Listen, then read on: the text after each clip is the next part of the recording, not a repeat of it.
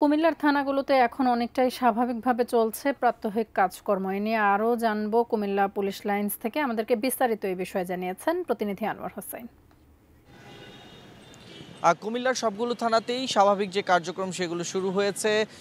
Police সদস্যরা তাদের কর্মস্থলে ফিরতে শুরু করেছেন। কুমিল্লা জেলা পুলিশের পক্ষ থেকে আমাদেরকে জানানো হয়েছে যে স্বাভাবিকভাবে যে কার্যক্রমগুলো পুলিশ থেকে সাধারণ মানুষরা পায়, সেবাগ্রহীতারা পায়, তার সবটুকু খেয়াল রেখে কিন্তু সে কার্যক্রম পরিচালনা করা হচ্ছে। এবং একই সঙ্গে আমাদেরকে কুমিল্লা জেলা পুলিশের পক্ষ থেকে জানানো হয়েছে যে সম্প্রতি সময়ে কিছু ঘটনায় তাদের গুরুত্বপূর্ণ কিছু নথিপত্রের ক্ষতি হয়েছে। তবে এই নথিপত্রের ক্ষতির জন্য যেন কোনো রকম তথ্যের বিভ্রাট বা ঘাটতি না হয় সেদিকটিতেও তারা খেয়াল রেখে কাজ করছেন বলে জানানো হয়েছে। এবং একই সঙ্গে আরেকটি বিষয় আমরা জানিয়ে রাখি যে যারা পুলিশ সদস্য রয়েছেন তারা প্রত্যেকেই প্রত্যেক কর্মস্থলে এসে যোগদান করেছেন এবং আগের চেয়ে যেন এখন সেবাগ্রহীতারা আরও বেশি সেবা পুলিশের পক্ষ থেকে পায়। পুলিশিং যে কার্যক্রম রয়েছে সেটি যেন আরও বেগবান এবং জোরালোভাবে করা যায় সেদিক থেকে তারা নজর রেখে কিন্তু কাজ করছেন।